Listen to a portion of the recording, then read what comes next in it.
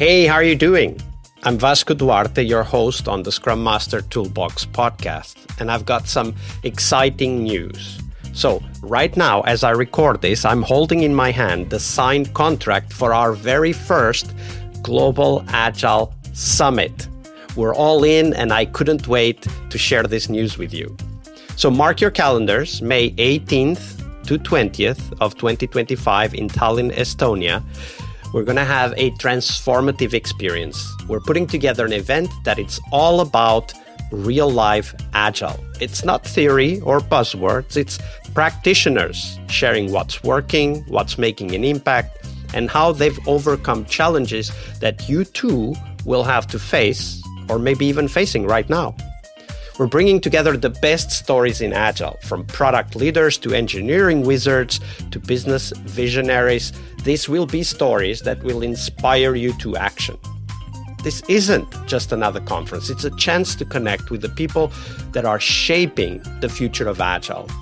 And here's the best part. Right now, we're in our super early bird phase. And that means you can grab tickets at just 25% of the final price. Look, that's not just half off. It's half off of the half off. It's an incredible deal for our dedicated community members, just like you, listening to this right now. So at the summit, day one will be all about hands-on workshops. And days 2 and 3 will dive into leadership, product strategy, coding, testing, and everything that makes Agile thrive in organizations right now. Remember, these are all first-person, real-life stories. Now, whether you're a leader, a developer, or part of a consulting company, this event is built to take your Agile game to the next level. So don't wait. Go to globalagilesummit.com and grab your ticket today. Let's all make 2025 the year Agile truly transforms your teams, your business, and our industry. I'll see you all in Tallinn. And remember, go to globalagilesummit.com and get your super early bird ticket right now. It will only be available until the agenda is announced. So don't wait. Grab it right now. Right, now that that's out of the way, on to the episode. Hello, everybody. Welcome to our Team Tuesday. This week we have with us Robert Finan. Hey, Robert, welcome back. Hi, Vasco. So Tuesday is Team Tuesday, of course, but we also always start with the book. So share with us, Robert, the book that most inspired you in your career as a Scrum Master. I could be saying, Coaching Agile Teams by Lisa Atkins, I could do this kind of thing, but honestly, the one that was the most help to me, I think, was actually Crucial Conversations. It's actually one of my favorite books, and I recommend this on both a personal and a professional level.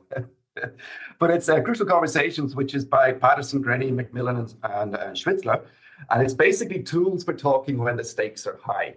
Now, as a Scrum Master and a coach, basically, you find yourself facilitating an awful lot of meetings, and you're involved yourself. And what I love about this book is basically it addresses, what happens when there's people feel threatened, when emotions are running high, when there's differences of opinion, and when there's basically this tension that comes up. And we're dealing with this all the time as Scrum Masters and Agile coaches, the whole time. And it has to do with change as well, because whenever you're bringing in change, very often people's reaction to this, is this a reward or is it a threat? And if it goes into the threat side of things, they're going to fall into their defensive mechanisms, which might be violence or silence or whatever it might be. And I just found this, when we talk about individuals and interactions, that's the first thing, okay? I just feel this addresses so many points about how to talk to people, how to be curious about where they're coming from and why they're saying what they're saying. I just found this was such a useful book and I recommend this to lots of different people, not just like Scrum Masters or coaches or something like that. I think everybody could benefit from reading this book. Yeah, and it's a great book. I would add to that. So Crucial Conversations, the link will be in the show notes. So make sure to check that out. And I would add to that nonviolent communication, which we've also tackled here on the podcast, including having some episodes specifically about NVC. So check those out. The links are in the show notes. So Robert, of course, these Crucial Conversations are awesome when we need to talk to teams about things that are perhaps not so nice to hear or confront. I don't know what story you're bringing us, but let's dive into that. Share with us a story of a team that you work with, and how did those small little behaviors evolved over time that eventually made a big mess of that team's situation? I'll be honest with you, Vasco, I struggled with this question because what I've often found and has actually surprised me over time is that very often teams really, really want to do something well, want to change something. And what I have found in general, I'm going to say this, is that the management support or the environment that would allow them to become a performing, high performance team is actually missing. But an awful lot of the basics that you would sort of require to get a team up to a team level is very often failing. So maybe this is to do with my experience of being as an external coach in particular, where you'd be brought in and quite often you're told this is the Scrum team. Okay, here's the Scrum team, help them get better kind of thing, or help the Scrum Master work with this. But you're in an environment where basically they've taken a group of people and rebranded them as a Scrum team, or they've brought the business analyst in from a different group and said, okay, you're not. So they're not a team yet, right? Exactly. And if I was brutally honest, I'd say I had two really good Scrum teams in the last 14 years that I'd be like, really, I would put them up on a poster, say, look at these guys, they were brilliant. Okay. And in both cases, we had exceptional environments. Okay. In both cases, we were allowed to do stuff that wasn't being done largely in the company. Okay. And I had some very good teams that were able to work well within the environments that they found themselves in, the constraints that they found themselves in, were still able to perform quite well. And then I've had, I don't know what phrase you like to use for this when it's like, well, they've been branded. Well, look, we have a PO, we have a Scrum Master, we have people, and we're calling them a Scrum team, and we have sprints, therefore it's a Scrum team kind of thing.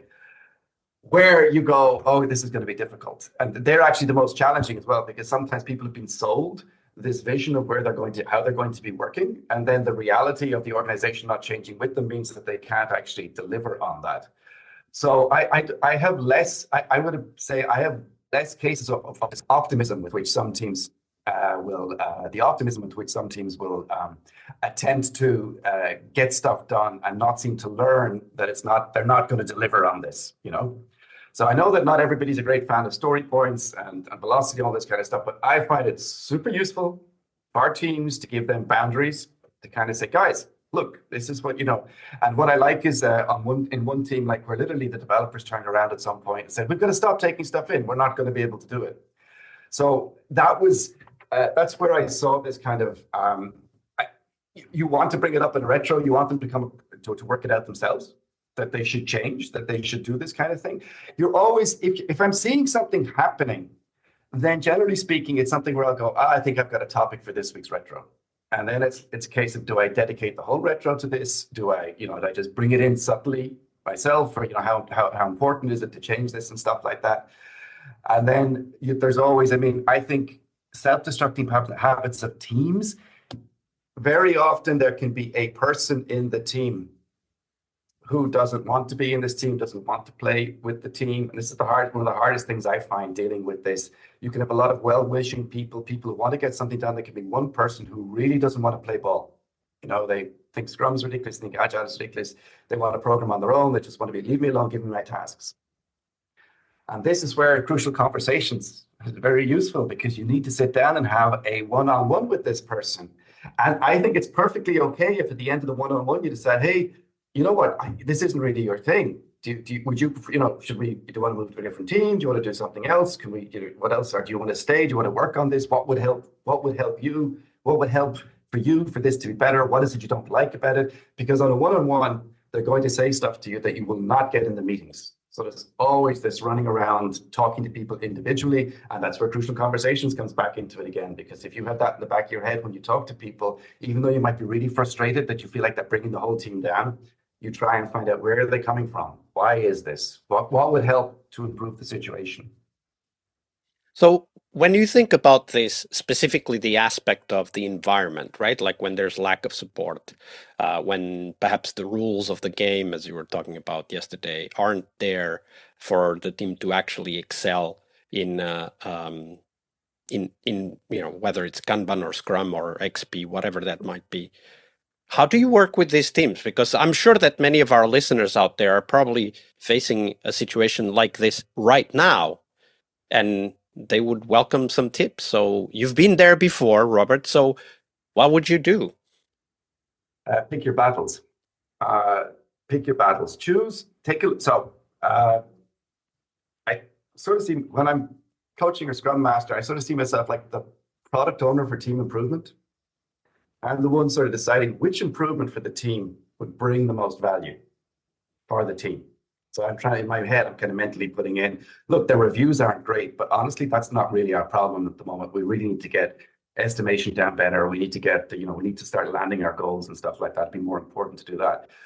And so I think you need to look at the environment you're in, look at the constraints that are around there, decide what are the bits you think you can get changed and what can you not get changed. I'll give you an example. I was working with a company where the product owner and the testers were in a different building. Okay, and it was 15 minutes walk, okay, between the two buildings. So this was not something, it wasn't like a couple of floors or anything, it was a distance. And I was lucky that I was able to convince the guy above the product owner that, look, this isn't great for communication. This isn't, this is pre-COVID. But basically, we got the guys to come Monday to Thursday. We got those 3 guys to come and sit with the developers, okay? And that worked really, really, really, really well. And that was something that we could change. We weren't able to change deployment processes or how other things and pieces like that. There's certain things we couldn't change, but those were the things that within our sphere of control, our sphere of influence. What are the things that there's no point raging against the machine. What are the bits you can actually do something about? What can't you? It could be at the end, you think, I've done all I can do here. That's also okay. Those constraints are, you can't fight everything. You go to where I went that first time, where you basically, you bite your teeth out trying to change something which was never going to change. And recognizing that it's okay, it's not a failure. It's not a failure. That's a great point, actually, and something we need to remind ourselves constantly that once you've done everything you can do in an organization or in a team, that's it. It's not a failure, and it's okay to move on as well, right? Yes. And not burn out, like you shared yesterday. Yeah, and I see people who feel like this, and I understand it. But I want to stay with the team. I want to help them, and I get that completely. That's also completely valid. We all have choices, and you have to decide for yourself what's right for you. But I think this recognition of when does it make sense to keep pushing and to keep trying something, and when is it time to say, we tried that, and then you draw your own conclusions after that. Absolutely. Very well said. Thank you for sharing that, Robert.